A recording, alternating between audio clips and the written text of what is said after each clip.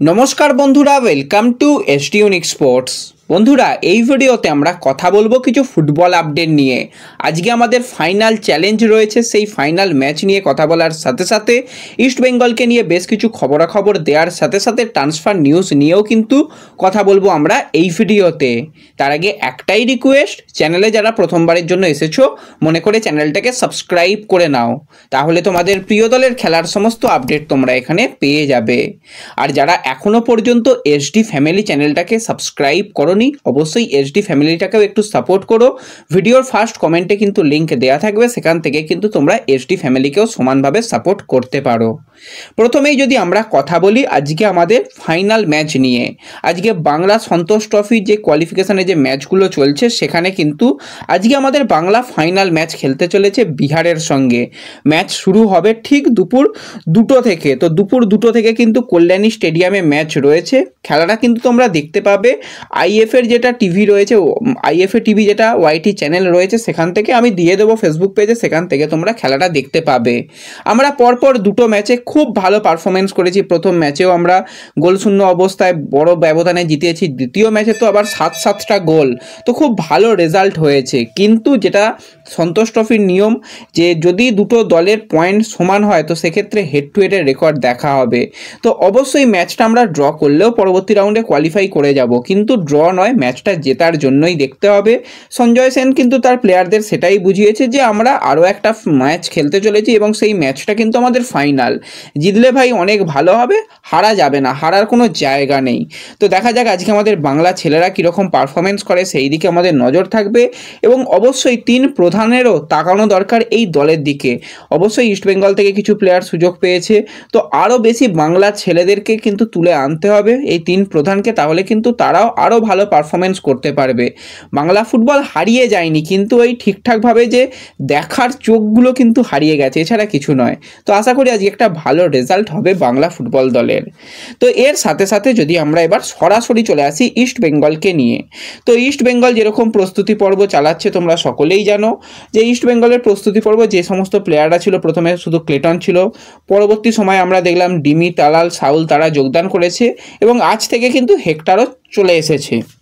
এবার হেক্টরের ব্যাপারটা একটুখানি চিন্তার ব্যাপার রয়েছে, কারণ হেক্টর ইনজুরি নিয়ে তার দেশে ফিরে গিয়েছিল। সেখানে কি সুস্থতা হয়েছে সেটা তো মেডিকেলি বলাটা সম্ভব নয়, সেই জন্য শোনা যাচ্ছে তার খুব তাড়াতাড়ি একটা এমআরআই হবে এবং সেখানে তার রিপোর্ট কি আসে সেই দিকে কিন্তু কোচ তাকিয়ে রয়েছে। যদি রিপোর্ট ভালোর দিকে আসে, হেক্টর নিজে তো জানাচ্ছে ভালো রয়েছে, যদি ভালোর দিকে আসে তাহলে কিন্তু তাকে নর্থ ইস্ট ম্যাচের জন্য পরিকল্পনা এবার নিয়ে আসবে। সিচুয়েশান প্র্যাকটিস, নানান রকম প্র্যাকটিসে কিন্তু হেক্টরকে সেক্ষেত্রে নিয়ে আসা হবে। যদি দেখা যায় যে না, তার আরও কিছুটা রেস্ট তাকে নিতে হবে, সেক্ষেত্রে কিন্তু তাকে বাদ রেখে পরিকল্পনা সাজাতে হবে। এবং হিজাজি মাহেরও খুব তাড়াতাড়ি হয়তো এসে যাবে, কবে কখন আসছে জানিয়ে দেবো পরবর্তী সময়। এবং হিজাজি মাহের এসে গেলেও মোটামুটি এবার সিচুয়েশান প্র্যাকটিস নর্থ ইস্ট ম্যাচের জন্য করা যাবে। তো এর সাথে সাথে যে প্লেয়ারকে নিয়ে প্রতিদিনই কম বেশি প্রশ্ন আসে সেটা হচ্ছে রবসান রবিনো। তো তোমাদের জানিয়েছিলাম যে রবসান রবিনো সাইনিং হয়ে যাওয়ার তো সম্ভাবনা রয়েছে, কিন্তু বেশ কিছু জটিলতা রয়েছে। প্রথম ব্যাপার হচ্ছে রবসান কিন্তু একটা ভালো কন্ট্রাক্ট চেয়েছে, অন্তত 2 বছরের কন্ট্রাক্ট, সেই ব্যাপারটাকে নিয়ে কথাবার্তা। তার স্যালারিটা কিন্তু অনেকটা হাই, সেটাকে নিয়ে কথাবার্তা। তার সাথে সাথে তার কন্ট্রাক্ট এখনও বাকি রয়েছে, কন্ট্রাক্ট শেষ না হওয়া পর্যন্ত তো কিছু হবে না।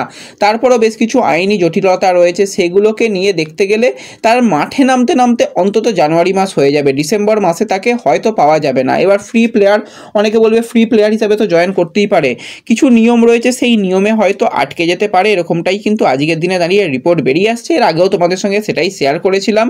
তো শুধুমাত্র রবসন নয়, আরও কিন্তু বেশ কিছু বিকল্পর দিকেও নজর রয়েছে, সেই নামগুলো বলার মতন জায়গায় এলে অবশ্যই তোমাদের জানিয়ে দেব। কিন্তু অস্কার যেহেতু চেয়েছে এবং ম্যানেজমেন্টও সেই দিকে রাজি রয়েছে, এবার দেখা যাক তাকে জানুয়ারিতেই নিয়ে আসা সম্ভব হয় কি না। সেটা হলেও খারাপ হবে না, ডিসেম্বর মাসে ক্লেটনকে নিয়ে যে কটা ম্যাচ আছে খেলিয়ে নিতে হবে এবং ক্লেটনকে রেখে দেওয়া দরকার। যেহেতু এএফসিতে নিয়ম অনেক বেশি বিদেশি খেলানো যায়, তো বিদেশি অপশান আরও একটা বাড়বে, কারণ ক্লেটনকে ছাড়ার জন্য এখনও পর্যন্ত যেই প্রক্রিয়াগুলো সেগুলো করা যায়নি, তাকে লোনেও পাঠানো সম্ভব হয়নি। এবং সামনে আনোয়ারের রায়, সেই দিকেও কিন্তু নজর রয়েছে, যদি কোনোভাবে ট্রান্সফার ব্যান ফ্যান হয়ে যায় সেক্ষেত্রেও চাপে পড়ে যেতে হবে। তো সমস্ত দিক ভেবে চিনতে একটুখানি ধীরে চলো নীতি গ্রহণ করেছে ম্যানেজমেন্ট, এবং যেটা সামনের দিকে হতে যাচ্ছে, শোনা যাচ্ছে ভালো কিছু হবে। তো দেখা যাক, সেই দিকে আমাদের নজর থাকবে। এর সাথে সাথে খারাপ রেফারিং নিয়ে কিন্তু মোটামুটি ইস্টবেঙ্গল কর্তারা আলোচনা করেছে এবং তারা কিন্তু ফেডারেশনকে এই নিয়ে চিঠি দিয়েছিল এবং তাদের সঙ্গে কথাবার্তাও বলেছে যে এরকম দিনের পর দিন এটা চলতে পারে না, সবসময়ই এরকম খারাপ রেফারিং। তো সেক্ষেত্রে ভিএআর আনার জন্য কিন্তু জানানো হয়েছে, তারাও জানাচ্ছে যে ভিএআর আসবে আসবে আসবে, এটাই হয়, কবে আসবে সেটা কেউই জানে না। এছাড়া যেটা ইস্টবেঙ্গলের তরফ থেকে বলা হয়েছে যে যদি কোনো ভালো রেফারিং, আগে যেরকম বিদেশি রেফারিদের নিয়ে খেলানো যেত সেই ব্যবস্থাটাও যদি করা যায়, রেফারিদের মান যদি কিছুটা উন্নত করা যায়, তাহলেও সেই দিকটা ভেবে দেখা দরকার। সেটা নিয়ে এখনও কোনো রকম ঠিকঠাক রিপ্লাই তাদের দিক থেকে আসেনি, সেই দিকেও কিন্তু আমাদের তাকিয়ে থাকতে হবে যে ভবিষ্যতে কি হয়। আর কল্যাণ চোপের কথা কি বলবো, সে তো কোনো রকম মিটিংয়ে অ্যাটেন্ডই করেনি, তাকে নিয়ে নতুন করে কিছু বলার নেই। তো যাই হোক, এই ভিডিওতে এই কয়েকটাই আপডেট শেয়ার করার ছিল। ভিডিও ভালো লাগলে লাইক শেয়ার করে দিও। তো দেখা হবে পরবর্তী ভিডিওতে, ধন্যবাদ।